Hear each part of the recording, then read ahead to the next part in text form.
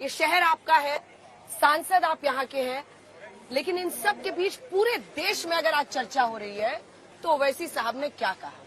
अब ओवैसी साहब के कल रात वाले बयान से मैं शुरू कर रही हूँ, जब आपने कहा है कि मेरा भाई तो तोप है, तोप मैं हूँ जो कंट्रोल कर रहा हूँ। ये 15 सेकंड वाली बात लोग ना बोले, अगर मैंने बोल दिया तो वो ऐसी बैटिंग करेगा कि लोग देखते रह जाएंगे। क्या कह रहे हैं आप? देखिए, सबसे पहले बात तो ये है कि ये शहर सबका है, मेरा नहीं है। जब शहर की बुनियाद डाली जा रही थी तो उस वक्त के बादशाह ने ये दुआ की थी कि अल्लाह इसमें जितने लोग यहाँ बसेंगे उनके दिलों में मोहब्बत डाल दे एक दूसरे की। तो अब जब एक दूसरे के लिए मोहब्बत की बुनियाद पर इस शहर की बुनियाद डाली गई, अब कोई बीजेपी के एक सांसद आकर ये कहेंगे कि हम 15 सेकंड में काम तमाम कर देंगे। आप बताइए, अगर ये बात कोई और बोलता या मैं बोलता है, कोई बोलता, तो क्या हो जाता? 15 सेकंड में खत्म कर देंगे, क्या है भाई? आप चुनाव लड़िए ना, 15 सेकंड में क्या करेंगे? इसलिए मैंने कहा कि ठीक है, मैं आ जाता हूँ, आप जगह बता दीजिए, मेरी फैमिली को लेके आता हूँ। आप 15 सेकंड नहीं, आप मोदी जी से बात करके बोलिए 15 घंटे ले लीजिए। क्या करेंगे? अखलाक का हाल करेंगे या पीलू का हाल करेंगे? कर दीजिए भाई। हम इस मैदान में हैं तो क्या हमको नहीं मालूम हम हमारी जान जा सकती? हमको मालूम, हमारी पार्टी को मालूम, हमारे परिवार को मालूम। और इस तरह आके डराना, इस तरह बकवास करना, कोई हद ही नहीं है। कोई बोल रहा है कि वोट देंगे तो मजलिस को वोट देंगे तो पाकिस्तान को वोट देने के बराबर है। कोई बोल रहा है कि रजाकार 40 साल से कब्जा करके बैठे हैं। कोई वो कैंडिडेट तीर मारेंगे। तो ये क्या कर रहे हैं आप? अकबरुद्दीन साहब को क्यों खींच के ला रहे हैं? अरे भाई, आप कह रहे हैं कि वो तोप है, मतलब? हाँ बिल्कुल, नहीं, तोप से मुराद ये है कि एक फायर ब्रांड लीडर है, मुझसे बेहतर ओरेटर है, मुझसे बेहतर इंसान है, मुझसे बेहतर उन्होंने अपने कॉन्स्टिट्यूंसी में, और बल्कि लोग ये जानते नहीं है कि उनके कॉन्स्टिट्यूंसी में वो खुद अपने स्कूल्स में 19,000 गरीब बच्चों को पढ़ा रहे हैं, बिला लिहाज मजहब मिल्लत। एक घर से एक परिवार का बच्चा है, बच्ची को पढ़ा रहे हैं।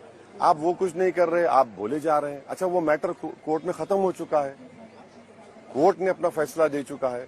अब आप उसको लेकर बोल रहे हैं बुलाकर, और बोल रहे हैं छोटा ये बड़ा वो, ये क्या है? अरे मेरे को समझ में नहीं आ रहा कि नरेंद्र मोदी के इशारे पर हो रहा है पूरा ये। भाई अगर ऐसा है तो फिर मोदी जी बता दें, हम आते हैं, कर दीजिए हमारा हल। क्या करना? आपका नाम तो सीधा अमित शाह ले रहे हैं, वो कह रहे हैं ABC। अब तो आप बीआरएस और कांग्रेस से भी बाजी मार ले गए। वो कह रहे हैं तुष्टीकरण के A असदुद्दीन ओवैसी। नहीं, अब तुष्टीकरण की राजनीति नरेंद्र मोदी कब से कर रहे हैं? 2002 से कर रहे हैं। किसकी कर रहे हैं? एक तो वो अपीजमेंट की पॉलिटिक्स करते, दूसरा 8,000 करोड़ का इलेक्ट्रल बॉन्ड मिल गया उनको, फिर उनको फायदा हो गया।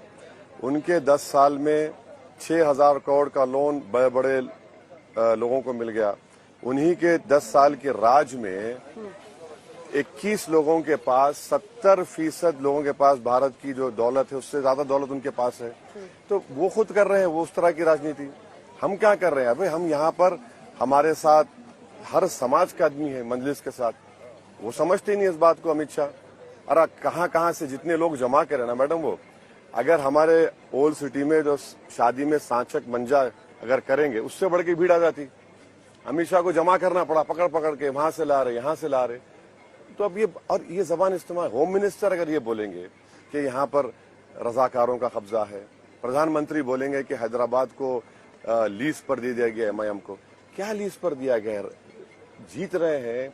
हमारे खिलाफ प्रियंका वाड्रा आकर बोल रही है कि हम बी टीम है। हाँ, बी टीम है। हाँ, मोदी ये बोल रहे हैं, अमित शाह ये बोल रहे हैं, ये कोई बोल रहा है कि 15 सेकंड हमको दे दो।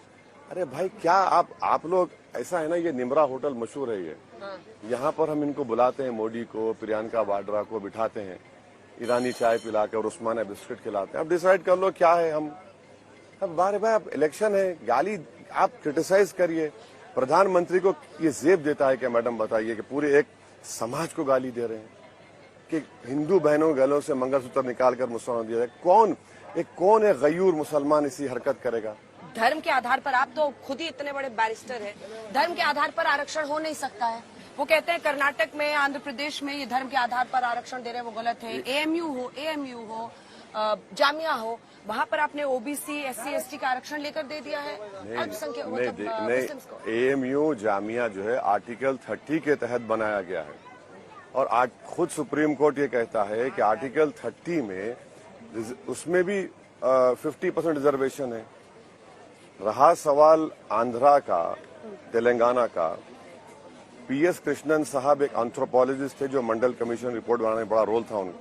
उन्होंने बताया कि मुसलमानों में ये कास्ट हैं जिनको मिलेगा, ये कास्ट उनको नहीं मिलेगा।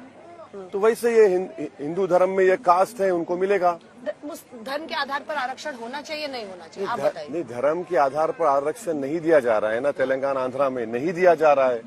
महाराष्ट्र में महमूद रहमान कमेटी ने वो कास्ट आइडेंटिफाई करी मुसलमानों की, उनको दो, और बॉम्बे हाईकोर्ट ने उसको अपहेल्ड किया एजुकेशन में। अमित शाह ये जानते हुए नहीं बोल रहे हैं, जानते हुए नहीं बोल रहे हैं। नहीं, लेकिन मैं एएमयू और जामिया पर वापस आना चाहती हूँ। एक सेकंड, मेरा सब प्रश्न तो आप सुनिए। क्या ये चोर रास्ता खोजने के बराबर नहीं है? एक सेकंड, आप पहले सवाल तो सुनिए। वहाँ पे अलीगढ़ के या जामिया के आसपास के SC, ST, OBC ने क्या गुनाह किया है कि वो उनको वहाँ पर रिजर्वेशन नहीं मिलेगा? देखिए, आर्टिकल 30 के तहत जब एएमयू और जामिया को खोला गया है तो उसमें माइनॉरिटी इंस्टीट्यूशन है। वो माइनॉरिटी इंस्टीट्यूशन में आपको माइनॉरिटी को एडमिशन देना है।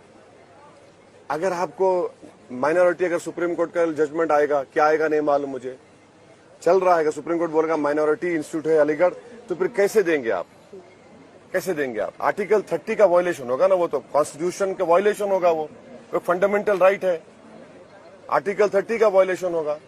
अब आते हैं कि आप क्या कह रहे हैं। आपने कहा कि अमित शाह ये कह रहे हैं, नवनीत राणा ये कह रही है, आप क्या कह रहे हैं? आपने जो पॉलिटिक्स की उसमें आपने मुस्लिमों को CAA NRC के नाम पर डराया। अभी सवाल पे आ रही, जो आर्थिक परिषद है, प्रधानमंत्री की आर्थिक सलाहकार परिषद, उसने बीते दिन रिपोर्ट दी है कि 1950 से लेकर 2015 तक बीते 65 सालों में, आप मुस्कुरा रहे हैं अभी से, 65 सालों में जो मुस्लिम की आबादी है 43% बढ़ी है 43%, और हिंदुओं की घटी है 7.8%। ऐसा ही वो कह रहे हैं पाकिस्तान आसपास के देशों में, वही वहां पर ये देखिए, वहां पर 42 परसेंटेज पॉइंट्स बोल रहे हैं और यहाँ पर कह रहे हैं 7% डिक्रीज हुआ। हम बोल रहे हैं इतना झूठ क्यों बोल रहे हैं आप?